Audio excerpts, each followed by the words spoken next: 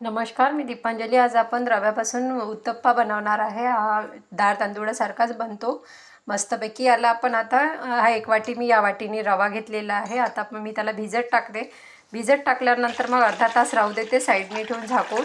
अर्ध्या तासानंतर मग तो थोडासा निथळला की आपण त्यामध्ये कांदा, टोमॅटो, बारीक हिरवी मिरची, कोथिंबीर, शिमला मिरची, पत्ताकोबी तुम्हाला जे काही टाकायचं ते तुम्ही टाकू शकता. पण मी त्यामध्ये कांदा, टोमॅटो, हिरवी मिरची, कोथिंबीर आणि कढीपत्ता टाकणार आहे.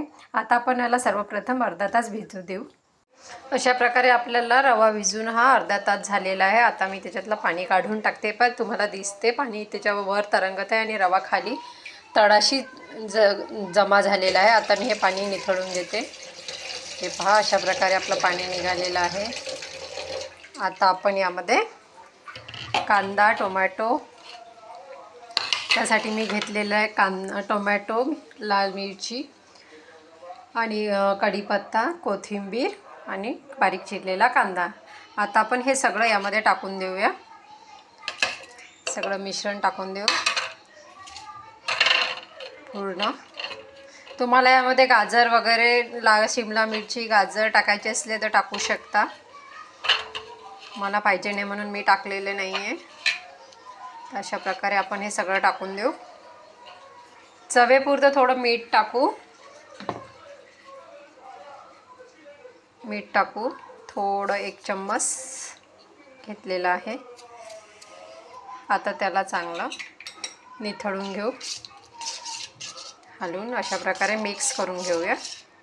अशाच प्रकारे हे सगळं मिक्स करून घेतलेलं आहे. आता आपण पॅन गरम करायला ठेवूया. पॅन गॅसवर ठेवलेलं आहे. हे आता गरम करू.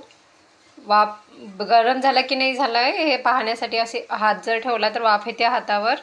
वाफ आली तर समजून जायचं पॅन गरम झालेलं आहे. आता त्यावर थोडं तेल टाकू, 2-3 थेंब. आता आपण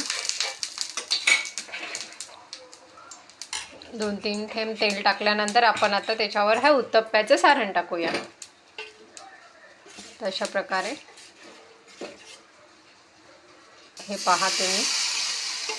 हा बिलकुल आपला भिजत टाकलेले डाळ तांदूळ याच्यासारखाच बनतो.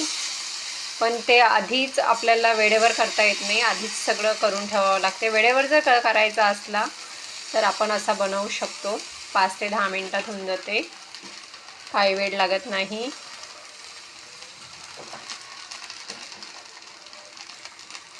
आधी जर माहीत असलं तर ते भिजून ठेवायला बरं होते. पण वेळेवर जर करायचं असलं तर हा नक्की तुम्ही करू शकता. अशा प्रकारे आपण टाकलेला आहे. याच्यामध्ये तुम्ही शिमला मिर्च, गाजर हे पण टाकू शकता. पण मी इतकं सारं टाकलेलं नाही आहे. अशा प्रकारे आपला हा टाकून झालेला आहे. आता आपण याला 2 मिनटं होऊ देऊया. आता मी त्याला परतून घेतलेलं आहे. हे बघा, दुसऱ्या साईडनं टाकलेला आहे.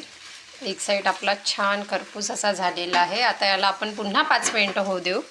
नंतर हा काढून घेऊन आणि दुसरा उत्तप्पा करायला सुरुवात करू.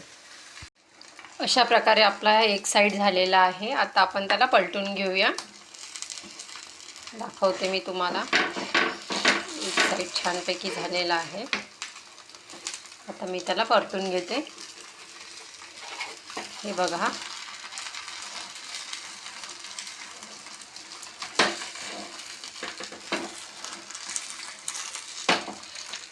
अशा प्रकारे आपला उत्तप्पा झालेला आहे. 1 वाटी रव्यापासून आपले 3-4 उत्तप्पे झालेले आहे. तुम्हाला जर माझा व्हिडिओ आवडला असेल तर लाईक करा, शेअर करा, सबस्क्राईब करा.